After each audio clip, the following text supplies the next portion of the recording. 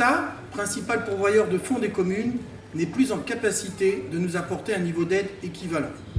Très concrètement, il diminue ses dotations aux collectivités et augmente dans le même temps les prélèvements au profit des systèmes de péréquation.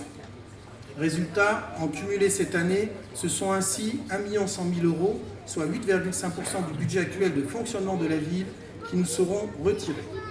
C'est dans ce contexte budgétaire contraint que nous mettons tout en œuvre pour maîtriser les dépenses de fonctionnement de la ville et maintenir une exigence de qualité et de service. Pour cela, il faut savoir faire des choix et placer l'intérêt général au cœur de nos décisions. Pour cela, il faut du courage face aux critiques faciles. Car évidemment, toujours plus de services ne rime pas avec de moins en moins de prélèvements. Chaque responsable est soumis au même dilemme de continuer à faire autant avec moins. Croissy n'échappe pas à la règle.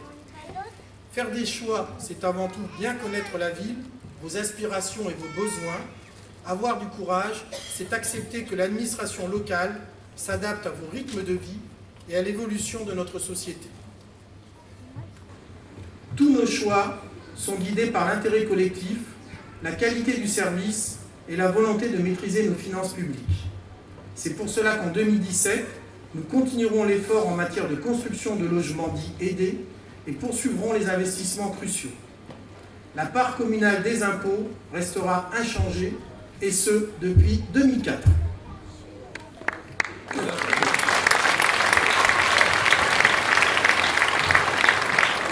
Face à la baisse des dotations de l'État, toutes les solutions sont utiles pour faire rentrer de l'argent dans les caisses. Je salue Daniel Ras, qui doit être dans cette salle, président créateur du fonds de dotation pour la promotion et la valorisation de Croissy-sur-Seine. Son objectif comme président est de mobiliser des ressources privées au service de causes d'intérêt général et ainsi de financer les projets que la ville ne peut plus payer. Je pense qu'on peut l'applaudir parce que vous verrez qu'au cours du discours, il a déjà bien entamé ceci sur l'année 2016. Avec cette nouvelle façon d'agir, ce fonds contribue au rayonnement de notre cité. Notre intercommunalité imposée, composée de 20 communes et de 341 337 habitants, a 1 an. On fête donc son anniversaire. Qu'en dire, tout en restant très factuel et si possible porteur d'espérance.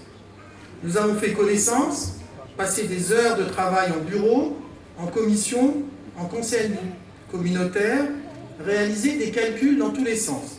Des calculs de répartition de charges, des calculs de dotation, des calculs de coefficient d'intégration fiscale et des calculs d'attribution de compensation. Mais à ce jour, nos réalisations sont modestes. L'adoption controversée du pacte fiscal et financier, la recherche d'adaptation nécessaire pour notre réseau de bus et la création d'un office de tourisme intercommunal.